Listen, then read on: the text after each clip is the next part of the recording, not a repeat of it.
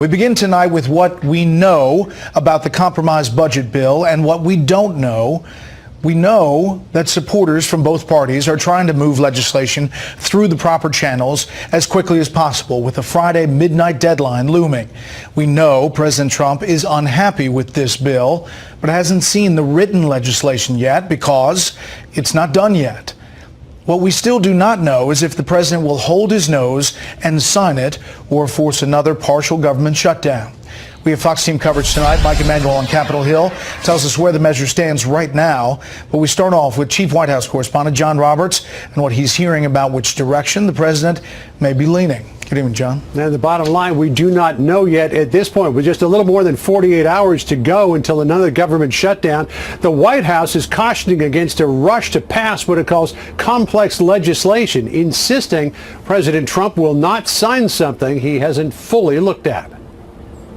White House officials tell Fox News President Trump has not yet made a decision whether he will sign the bill emerging in Congress and will not make that decision until the White House has had a chance to fully review it. Well, we haven't gotten it yet. We'll be getting it. We'll be looking for landmines because you could have that. You know, it's been known to happen before to people. Going through the hundreds of pages of the bill will take time. Today, President Trump's allies in the House Freedom Caucus introduced a temporary spending measure that would keep government funded for another week, giving everyone time to fully vet the legislation. It allows us to continue to negotiate and get a better deal for building the border security wall. White House officials say the president is not happy with several measures in the bill. First among them, the amount of money for a border wall, though President Trump insists he has ways around funding limitations. With the wall, they want to be stingy, but we have options that most people don't really understand. The president can use transfer authority to move funds between departments to add money to wall construction.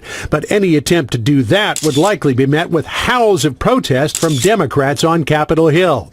However, a new Fox News poll finds support for building a border wall increasing. Now 46% of registered voters say they favor a wall, up 3 points from last month. Speaking to sheriffs and chiefs of police this afternoon, President Trump pledged to make good on his central campaign promise. We will get the job done. The wall is very, very on its way. It's happening.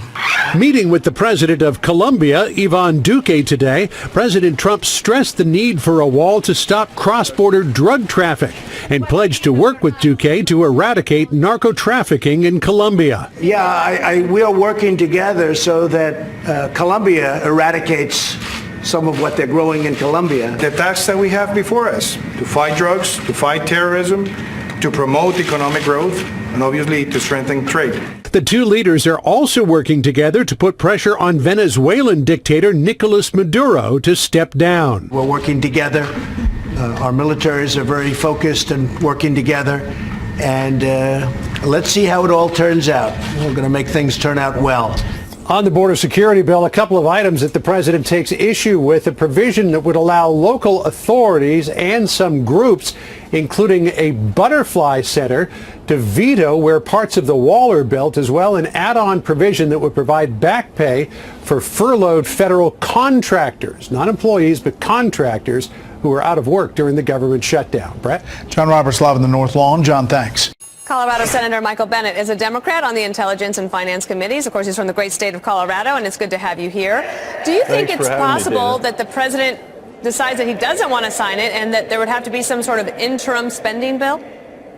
I hope he does decide to sign it. I think that this is a reasonable compromise to get past an issue that has obsessed the Congress for the last 6 weeks or 2 months, that there's a lot of other work that needs to be done here, and if we've got a bipartisan deal, he might as well sign it and just move on. That's what I would say. All right. Well, he has just said that we're going to see what happens.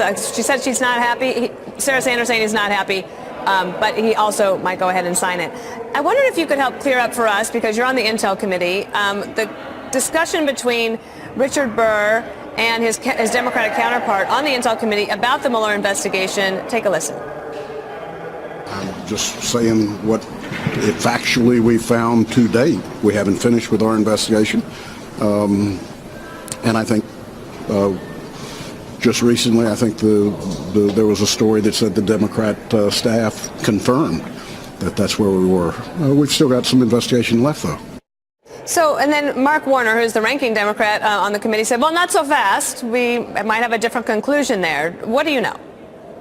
The investigation hasn't been concluded, and I think reaching conclusions based on an incomplete investigation would be a mistake. It would be a bad mistake, and we should be allowed to conclude our investigation, just like Mueller needs to be able to finish his investigation, and then let's see where the facts lead us. So you're advising people, don't read too much into either one of what the chairman or the ranking chairman said. I wouldn't, and I think all of us are really not supposed to say what's going on in the Intelligence Committee. Okay. So let me take you to Colorado for a second. Of course, you're from there. You have served there. You've been a public servant there.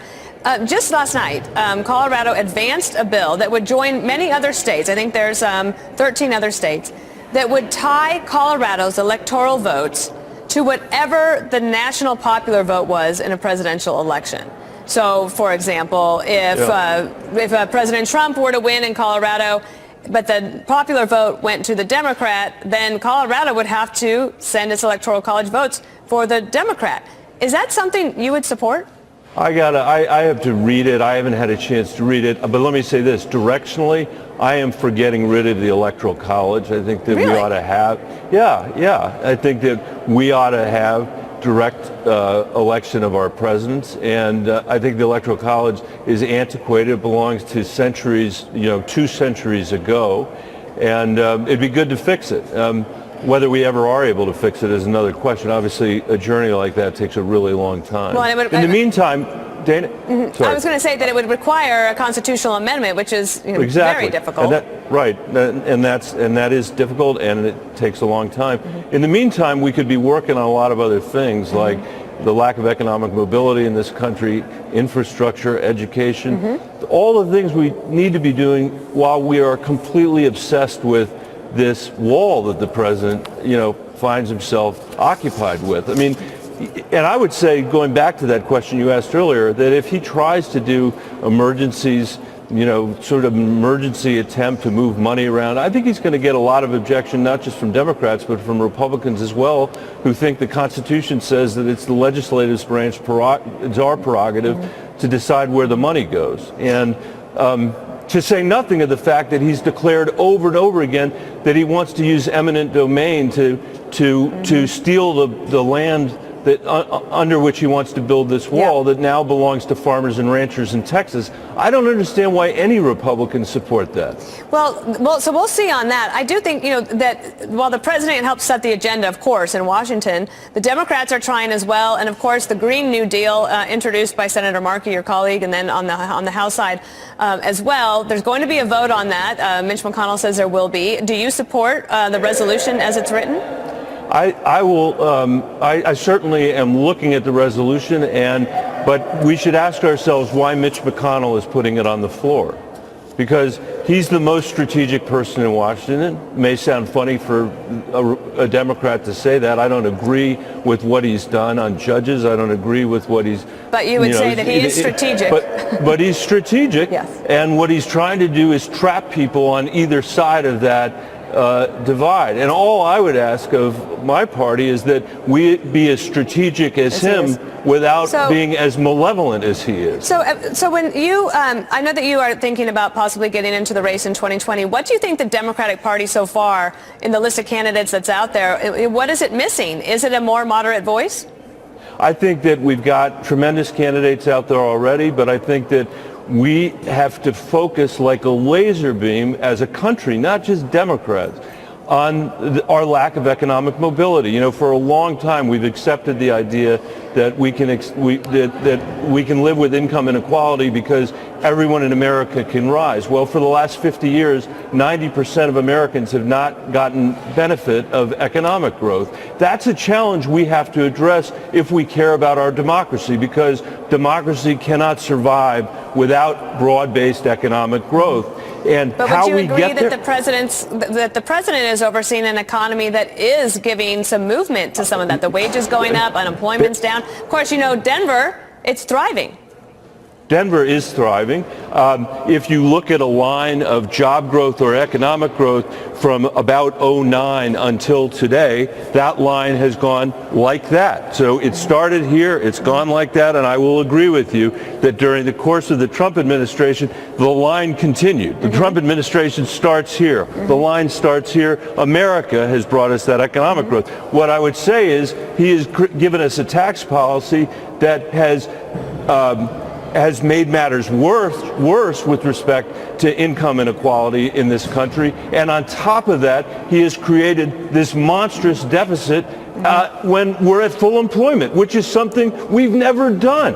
Right. So the idea, or at least not done since the Vietnam War, and it was more modest than this. Right. So the idea that we have a $2 trillion deficit bearing down on us when we're at full employment, when this Republican president has been president, shouldn't surprise me, because what he said to the voters was, you're going to get the biggest tax cut you ever got. I'm going to give you the biggest defense increase you ever saw.